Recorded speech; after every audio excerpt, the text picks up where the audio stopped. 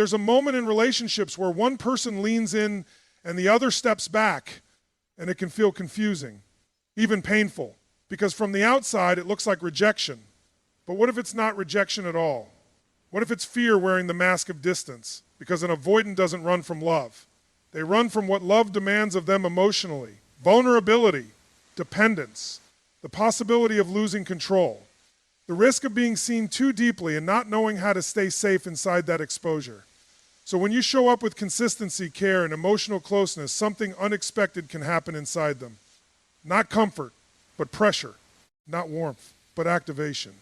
Because intimacy to them doesn't feel like home at first, it feels like exposure.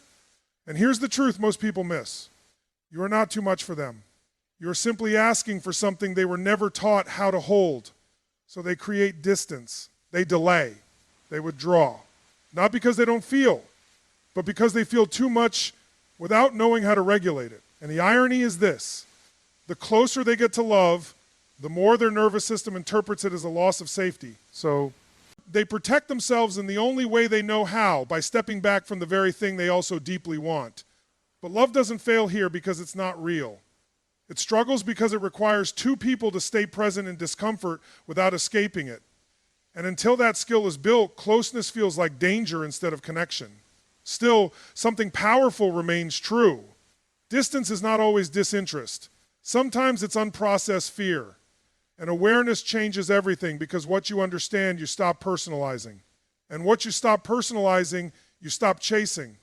And what you stop chasing, you start responding to with clarity instead of anxiety. Avoidant behavior is often misunderstood as something simple, like disinterest, emotional coldness, or a lack of capacity to love. But in reality, it's far more complex and far more human than that surface-level interpretation. When someone consistently pulls away just as things start to feel close, the immediate assumption is usually personal. They don't care, or I'm not important enough, or if they really wanted me, they wouldn't act like this. But that interpretation misses the internal experience driving. The behavior. For many avoidant individuals, emotional closeness doesn't register as comfort first. It registers as activation. Their nervous system associates intimacy with a subtle sense of pressure, expectation, or even loss of control. This is not a conscious decision they sit and make in a logical way. It is an automatic response shaped over time through experience, often rooted in earlier relational environments where emotional needs were either inconsistently met, minimized, or associated with unpredictability. So when closeness begins to deepen in an adult relationship, something interesting happens internally. The body reacts before the mind can rationalize. There is a shift in internal state that can feel like restlessness, irritability, or a sudden need for space. From the outside, it looks like detachment, but internally it often feels like self-protection. The same connection that one partner experiences as safety, the avoidant partner may experience as intensity that they don't yet know how to regulate. This is where the misunderstanding grows, because the other person typically responds with more closeness, more reassurance, more pursuit, but what they don't read lies is that this increased emotional proximity can amplify the avoidant person's internal pressure. Not because the avoidant doesn't value the connection, but because their system is trying to find equilibrium again. And their learned strategy for regaining that equilibrium is distance. Distance becomes regulation. Space becomes grounding. Silence becomes a way to reset their emotional state. It is not always about pushing the other person away in a deliberate, calculated sense. More often, it is about pulling themselves back into a zone where they feel internally stable again. At the same time, there is an important contradiction happening beneath the surface. Many avoidant individuals do want connection. They do want intimacy, but they want it in a form that does not overwhelm their internal coping system. So they find themselves in a push-pull dynamic, moving toward closeness because they desire it, then retreating when it becomes emotionally activating. This is why labeling the behavior as simply not caring is inaccurate. Care and fear can exist at the same time. Emotional attachment and avoidance can coexist in the same person. What looks like inconsistency is often a company. Consistent protective pattern playing out under different emotional conditions. And from their perspective, the withdrawal is not always experienced as rejection of the other person. It is experienced as returning to safety within themselves. The nervous system prioritizes what feels manageable over what feels intense, even when the intensity is connected to something meaningful. Understanding this does not mean excusing harmful behavior or ignoring emotional needs. It simply reframes the behavior for what it often is at its core. Not a lack of feeling, but a struggle with the capacity to remain present inside certain levels of emotional closeness without triggering an internal protective shutdown. Intimacy can trigger a nervous system threat response in some people, and this is one of the most misunderstood dynamics in relationships. From the outside, intimacy is usually defined as closeness, trust, emotional sharing, physical affection, and consistency. It is seen as the goal of connection, something people naturally move toward when they care about each other. But internally, not everyone's system interprets intimacy in the same way. For some individuals, especially those with avoidant attachment patterns, intimacy doesn't immediately register as safety. It registers as intensity, unpredictability, and emotional demand. This reaction is not a conscious thought process like "I don't want this person." It is far more instinctive. The nervous system operates based on past conditioning and learned emotional associations. If earlier experiences in life, especially in childhood or formative relationships, taught a person that closeness came with pressure, criticism, inconsistency, emotional enmeshment, or a loss of autonomy, then the body can encode intimacy itself as something that requires caution.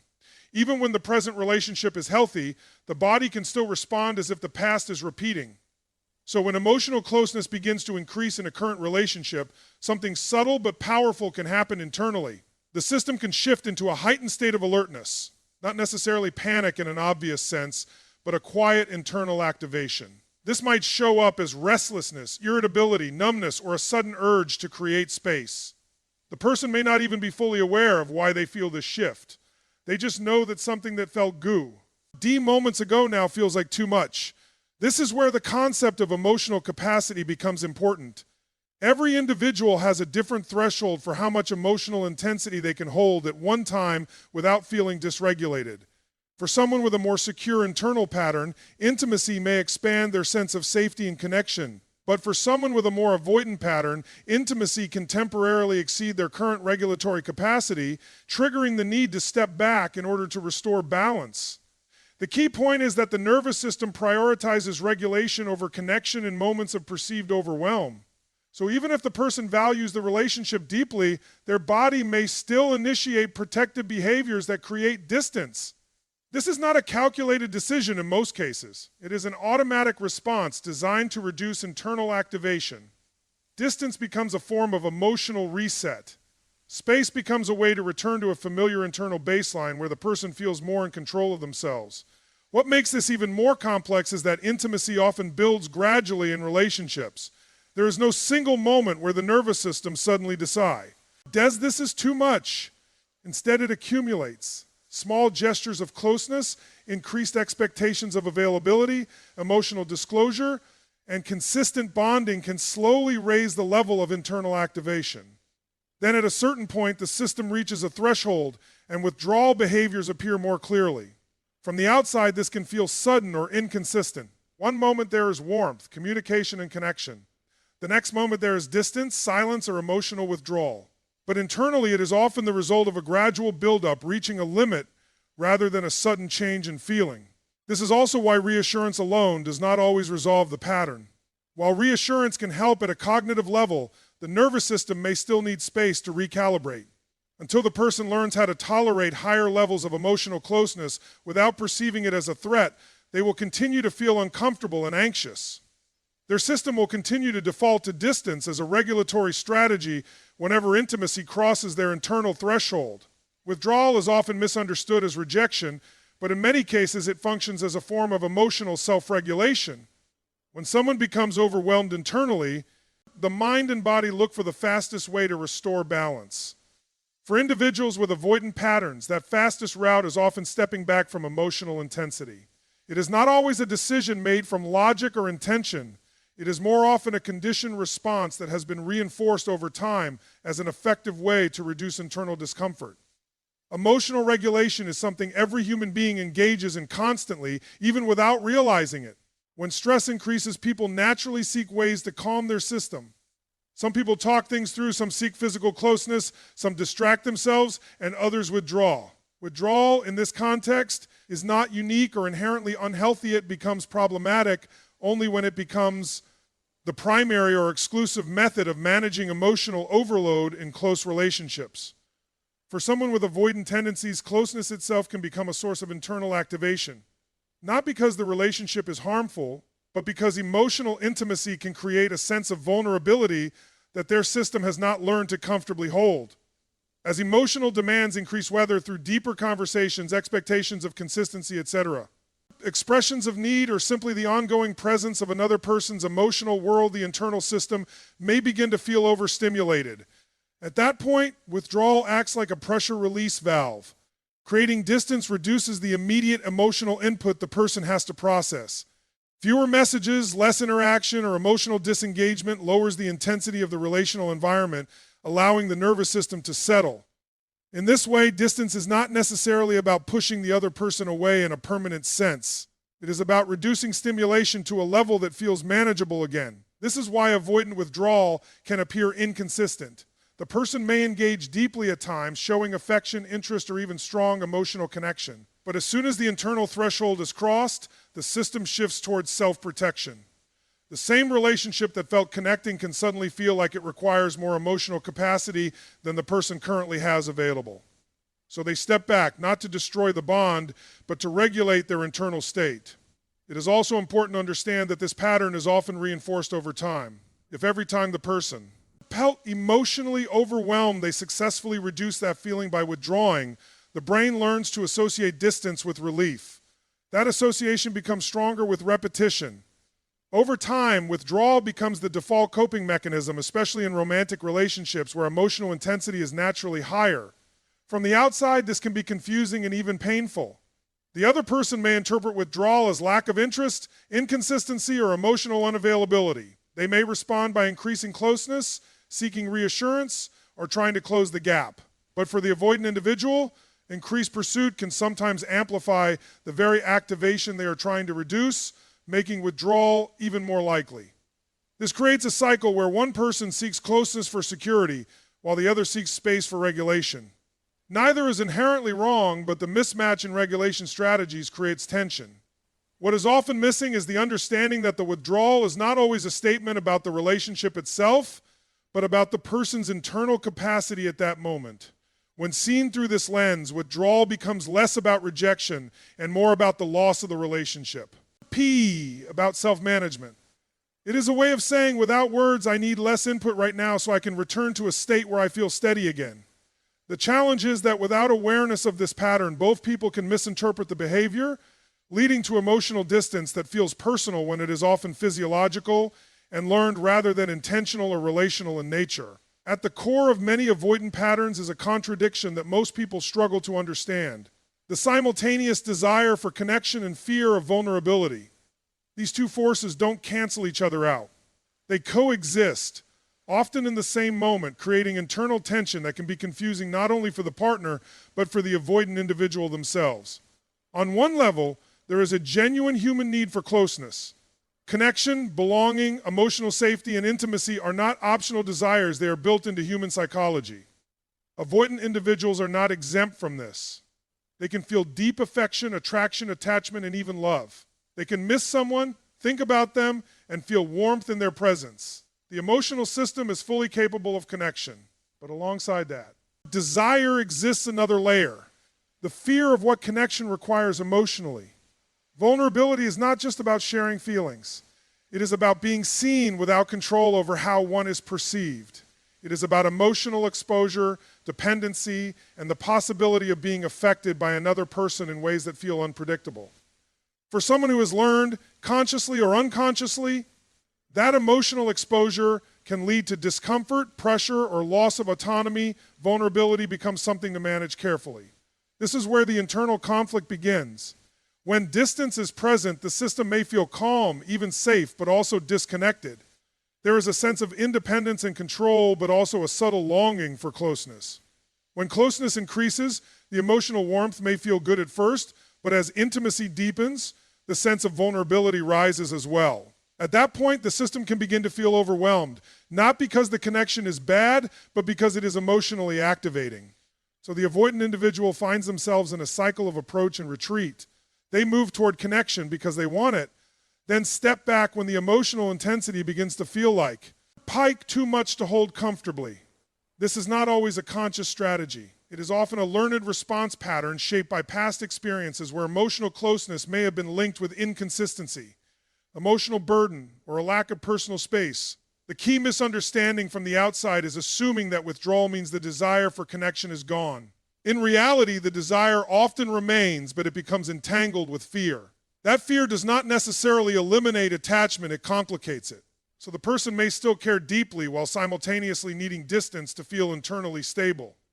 This internal push-pull dynamic can create frustration on both sides. The partner seeking closeness may interpret withdrawal as lack of interest or emotional unavailability. Meanwhile, the avoidant individual may feel misunderstood, as their need for space is not about rejecting the relationship, but about managing their internal emotional state.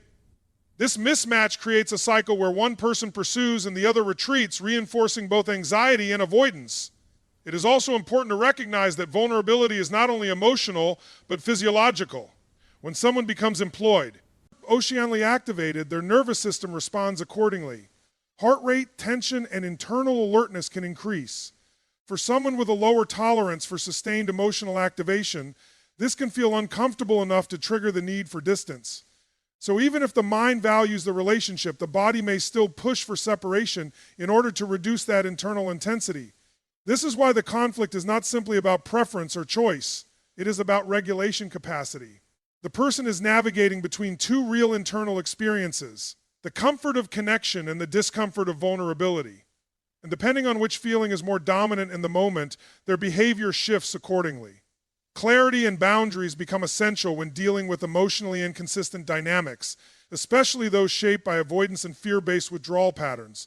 In situations like this, the natural instinct for many people is to try harder, explain more, or emotionally invest deeper in an attempt to create stability. But what often gets overlooked is that overengagement without clarity can actually intensify confusion rather than resolve it. When someone is emotionally in, consistent moving between closeness and distance, the other person is often pulled into a state of emotional uncertainty. In that state, the mind starts searching for control. It tries to interpret behavior, predict outcomes, and restore a sense of security. This is where overthinking, anxiety, and emotional chasing begin to develop. The more unpredictable the pattern feels, the stronger the urge becomes to fix it through increased effort, communication, or reassurance seeking. However, without clarity, increased effort does not always lead to connection. In some cases, it creates imbalance. One person becomes more emotionally invested in trying to stabilize the relationship, while the other continues to regulate their internal state through distance. This dynamic can unintentionally reinforce the very cycle that is causing distress. The pursuer becomes more activated, while the avoidant partner becomes more overwhelmed, leading to further withdrawal. Clarity in this context is not about forcing answers or demanding emotional certainty from someone who may not yet have the capacity for it. It is about understanding what is actually happening in the dynamic rather than interpreting. Ting it through fear or hope alone. It requires recognizing patterns as they are, not as they are wished to be. When behavior is inconsistent, clarity means acknowledging inconsistency rather than filling the gaps with assumptions. Boundaries come in when clarity is established. A boundary is not an emotional reaction or a form of punishment. It is a definition of what is acceptable for one's emotional well-being. Without boundaries, it becomes easy to overextend emotionally, especially in relationships where the other person is not consistently available. Overextension often leads to emotional burnout, resentment, or a gradual loss of self-stability. In relationships involving avoidant patterns, boundaries are especially important because they prevent the dynamic from becoming one-sided. If one person continuously adapts, waits, or adjusts their emotional needs to accommodate inconsistency, the relationship begins to lose balance. Boundaries help maintain internal structure by defining limits around emotional availability, communication expectations, and personal self-respect. At the same time, clarity and boundaries also prevent unnecessary self-blame. Without clarity, it is SEI to personalize inconsistent behavior, interpreting it as something caused by one's own inadequacy. But when the pattern is understood, it becomes easier to see that withdrawal is often about internal regulation, not external worth. This shift in perspective reduces emotional over-identification with the other person's behavior. Boundaries also create space for truth to emerge. When emotional chasing is reduced, the dynamic becomes more transparent. The other person's capacity, willingness, and consistency become clearer over time. This clarity is important because it removes the illusion created by intermittent connection. Inconsistent relationships can sometimes feel more intense because of their unpredictability, but intensity is not the same as stability or compatibility. Another important aspect is that boundaries are not about controlling the other person's behavior. They are about controlling one's own participation in a dynamic.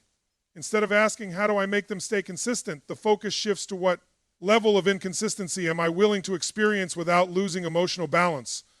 This shift returns power to personal choice rather than external validation. Ultimately, clarity and boundaries work together to reduce emotional confusion. Clarity allows accurate perception of the situation, while boundaries ensure that perception is supported by action. Without clarity, boundaries may be misapplied. Without boundaries, clarity may remain theoretical. Together, they create emotional structure in situations that otherwise tend to feel unstable and uncertain. One of the most important shifts in understanding emotionally inconsistent dynamics is learning how to respond instead of react. This distinction may sound subtle, but in real emotional experience, it changes everything about how a person experiences relationships, especially when dealing with someone who moves between closeness and distance. Reaction is immediate, emotional, and often driven by fear. Response is slower, more grounded, and based on awareness rather than impulse. When someone you care about becomes distant, the nervous system often interprets that shift as a form of threat. The body doesn't always distinguish between emotional distance and actual danger. It simply registers loss of connection as something that needs to be corrected.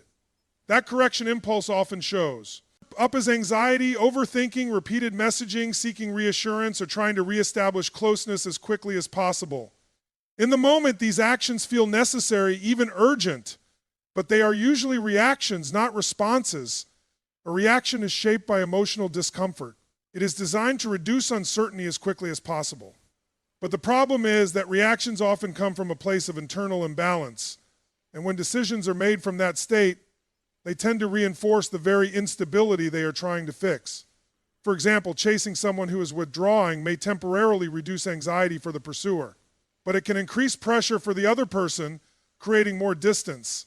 This creates a cycle where both people's nervous systems become more activated over time. A response, on the other hand, is created when there is enough internal space to observe what is happening without immediately trying to change it. It does not ignore emotions, but it also does not let emotions take full control of behavior. In this state, a person can notice, I feel anxious right now, without immediately acting from that anxiety. That pause is where clarity begins to form. Response. Ding instead of reacting requires tolerating discomfort without rushing to eliminate it. This is one of the hardest emotional skills in relationships because uncertainty naturally creates tension. When someone becomes distant, the mind wants answers immediately. What does this mean? Are we losing interest? Did I do something wrong? Should I fix this now? These questions are normal, but acting on them impulsively can lead to emotionally driven decisions that are not aligned with long-term stability. In dynamics where avoidant behavior is present, response becomes even more important. Because withdrawal is often not linear or fully predictable, reacting to every shift can place a person in a constant cycle of emotional reactivity. One moment of closeness leads to hope, one moment of distance leads to panic. This emotional swing creates instability in the person who is trying to connect, even if the other person's behavior is simply fluctuating based on internal regulation. Responding introduces a different structure. Instead of immediately chasing when distance appears, a response might involve observing the pattern over time. Instead of assuming meaning from a single moment, it looks like. Okay's a consistency. Instead of trying to fix emotional discomfort instantly, it allows space for the full picture to reveal itself. This does not mean becoming passive or detached from one's needs. It means choosing actions that are aligned with emotional stability rather than emotional urgency. For example, instead of repeatedly seeking reassurance during a moment of withdrawal, a response might involve stepping back, regulating internally, and then deciding later whether the pattern is acceptable for long-term emotional well-being. Over time, this shift changes the internal experience of relationships. The focus moves away from trying to control immediate emotional outcomes and toward evaluating overall relational patterns. It reduces dependency on moment-to-moment behavior and increases awareness of consistency, effort, and emotional reciprocity. Most importantly, responding instead of reacting helps prevent self-abandonment. When someone is constantly reacting to fear, they often override their own emotional needs in order to maintain connection. But when they respond, they stay connected to themselves even while navigating uncertainty with another person.